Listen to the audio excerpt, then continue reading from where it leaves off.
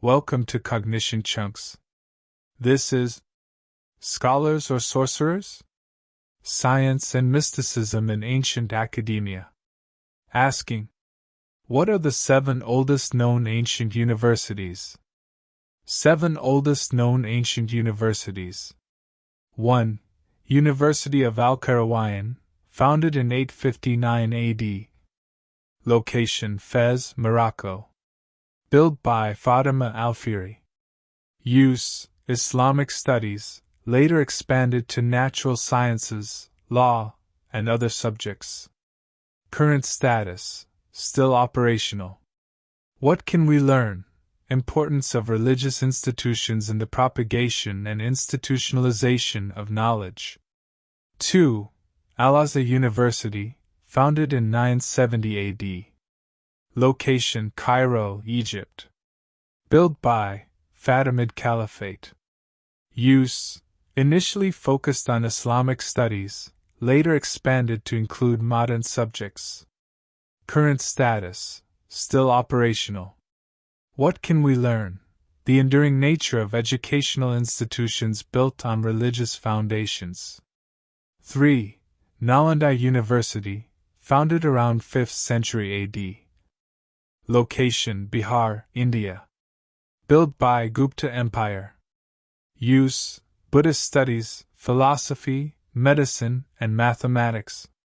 Current status: ruins, but revived as a modern institution in 2014. What can we learn? Ancient interdisciplinary approach to education. 4. Takshashila University, founded around 7th century BC. Location: Punjab, Pakistan. Built by, likely established during the Achaemenid Empire.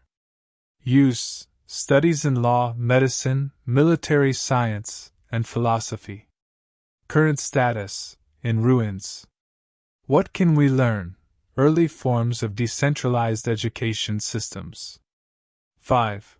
Plato's Academy, founded around 387 BC. Location: Athens, Greece. Built by Plato. Use: philosophy and sciences. Current status: no longer exists, but the site is known. What can we learn? The impact of a single philosophical school on Western thought. 6. Aristotle's Lyceum, founded around 335 BC. Location: Athens, Greece. Built by Aristotle. Use: comprehensive curriculum including biology, philosophy, and politics. Current status: archaeological site. What can we learn? The holistic approach to education, combining both empirical and philosophical studies. 7. University of Constantinople, founded in 425 AD. Location: Constantinople, now Istanbul, Turkey. Built by Emperor Theodosius II. Use: humanities, philosophy, and science. Current status: ceased to exist but had a considerable influence on other institutions. What can we learn?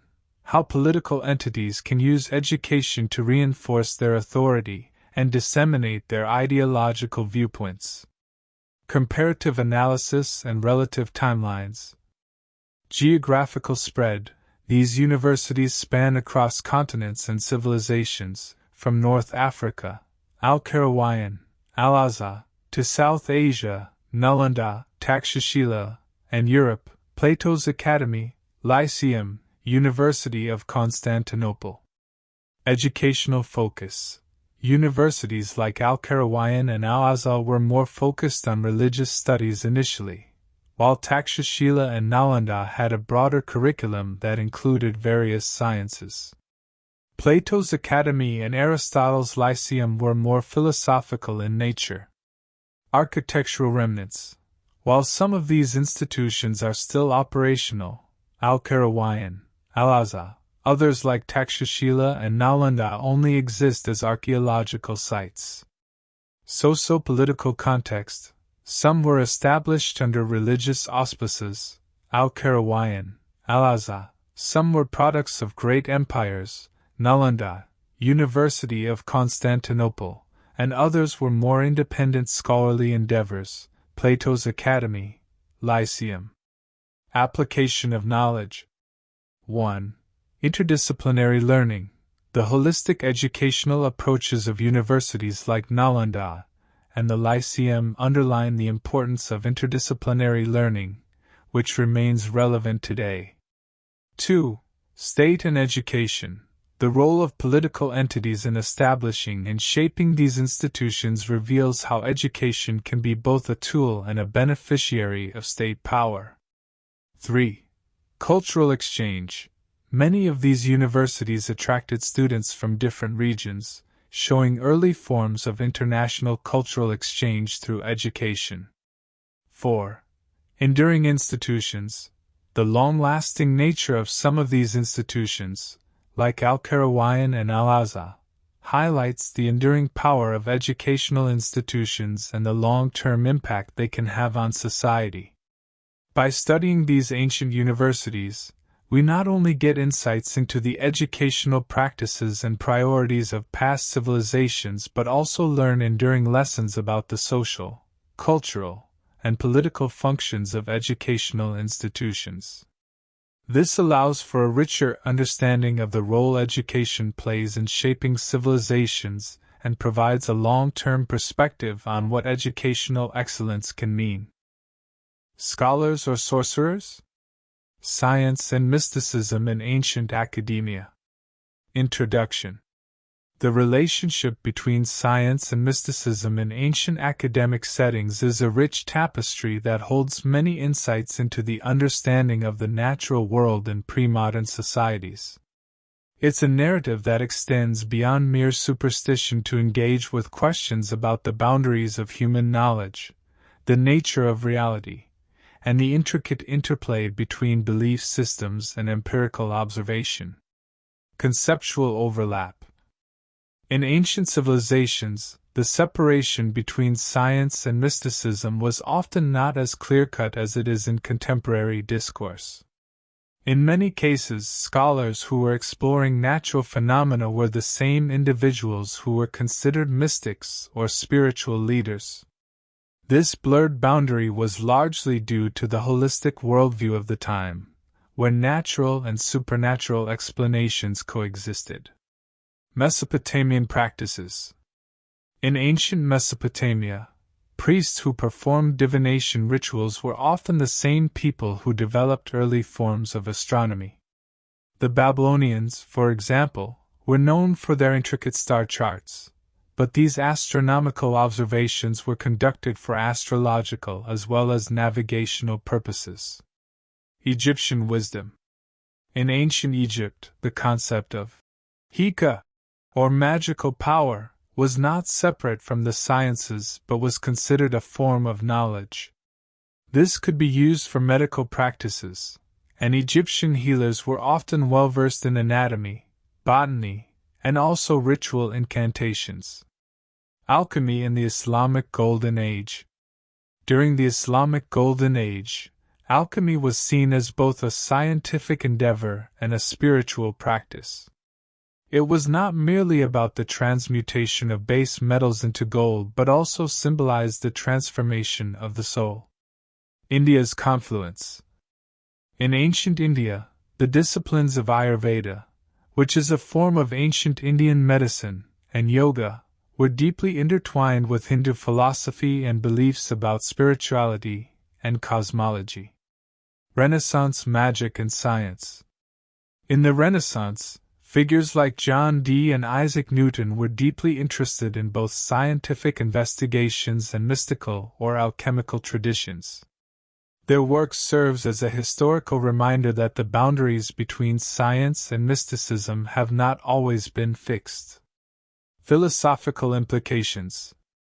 The coexistence of science and mysticism in ancient academia opens up questions about the nature of knowledge and reality. It challenges the contemporary bias of mutual exclusivity between empirical investigation and mystical or spiritual experience. Lessons and modern applications. 1. Interdisciplinary understanding. The coexistence of science and mysticism can remind us of the importance of an interdisciplinary approach that does not hastily dismiss alternative forms of knowledge. 2. Critical thinking. By studying how ancient scholars balanced or integrated these two elements, we can learn the value of critical thinking that scrutinizes rather than rejects unfamiliar or unconventional ideas. 3. Cultural sensitivity. It also teaches us to be sensitive to different cultural paradigms of knowledge and not to impose our contemporary divisions of scientific disciplines and spiritual beliefs on ancient practices. 4.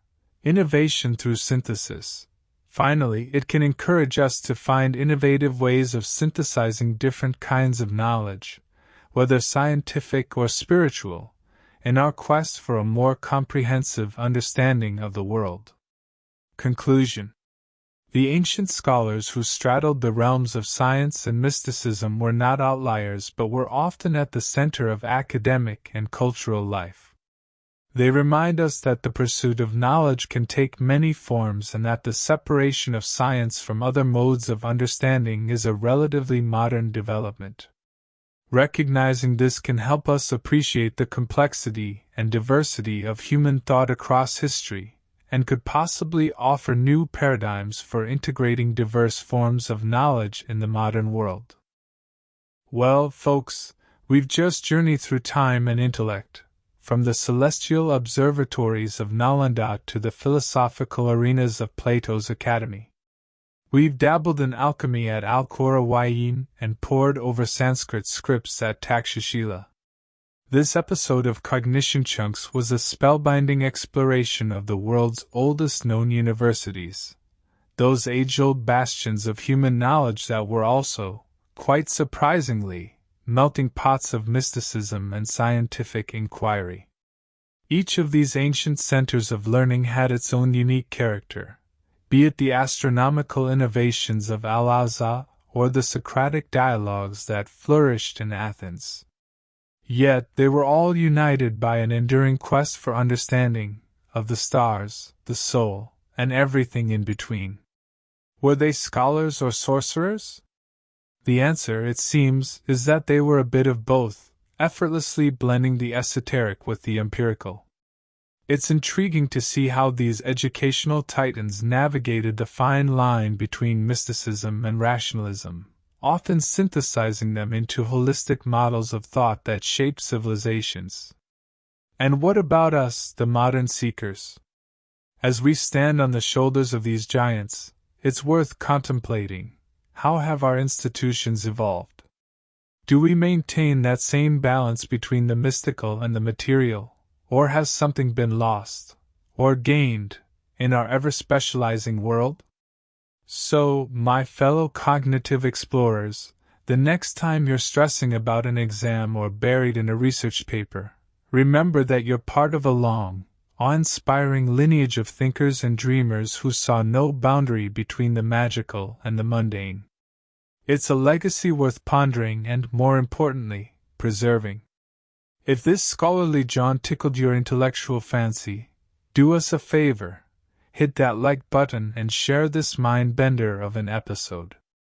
Don't forget to subscribe for more episodes where we dig deep into the mysteries of human knowledge, culture, and existence, all with a nerdy twist, of course.